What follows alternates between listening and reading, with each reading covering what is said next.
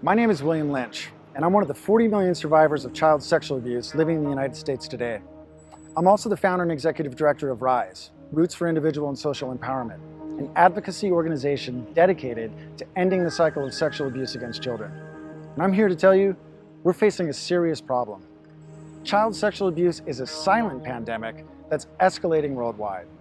It's estimated that 1 in 4 girls and 1 in 6 boys will experience some form of sexual abuse before the age of 18. In fact, approximately 300,000 children are abused every year, and it's estimated that 90% of all child sexual abuse is never reported. I learned firsthand the terror of being raped as a child and the lifetime of despair and outrage it causes.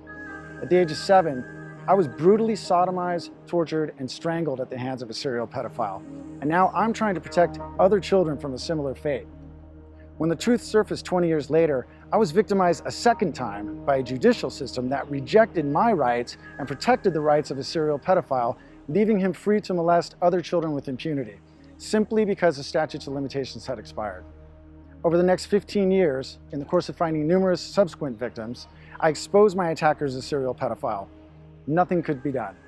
After exhausting every legal remedy to bring my attacker to justice and with a strong sense of obligation to protect children, I took matters into my own hands and confronted my attacker. The conversation escalated, a physical altercation ensued, and I was arrested and brought to trial. If convicted, I faced a possibility of 4 years in prison. I was offered multiple plea deals, including probation, which I refused. During the trial, I took the stand, told the truth, and acknowledged responsibility for my actions. In a landmark victory and contrary to the law, the jury acquitted me of all charges, exercising jury nullification. My trial garnered international media attention and exposed a serious problem and a real need to change a system that fails to protect children. So what is the problem? While child sexual abuse is a complex issue, it is the politics surrounding the current criminal and civil statutes of limitations that prevent a real and lasting solution. First, the statute of limitations that pertain to child sex abuse expire well before victims are ready to come forward. Second, the current system is heavily entrenched in politics and favors institutions like the Catholic Church, scouting organizations, and teachers' unions who bring the greatest influence and resources to bear to maintain the status quo. These institutions and organizations have had decades, if not centuries, to protect children in their care from sexual predators within their ranks. As long as they can pressure lawmakers into preserving short statutes of limitations, they can continue to protect their reputations and assets from financial exposure. What's more, in selfishly protecting their assets, they're guilty of further insulating sexual predators from prosecution. When legislators capitulate to the political pressure from powerful lobbyists and fail to put measures in place to protect children, it's obvious this problem can never be resolved from within the system. So what's the solution? It's simple. Eliminate the time constraints related to the civil and criminal statutes that pertain to sex crimes against children. How will this be accomplished?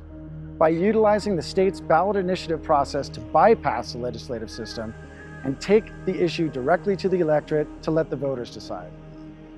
Voting yes to change the law will cost taxpayers nothing. It will enable more survivors to file claims and act as a strong deterrent to sexual predators, and make institutions that care for our children more accountable, and give real teeth to existing laws like Jessica's Law, Megan's Law, sex trafficking, child pornography, and mandatory reporting laws. Bottom line, eliminating the time constraints on the civil and criminal statutes of limitations will not only make our children safer, it will put the pedophiles and the institutions that harbor them on notice. They will never be safe from prosecution, incarceration, and liability. Do we really fear our enemies more than we love our children? Absolutely not. We have an obligation to protect those who cannot protect themselves. So please join me, take a stand, become part of the legacy to protect children now and in the future. Get out and vote, make a donation.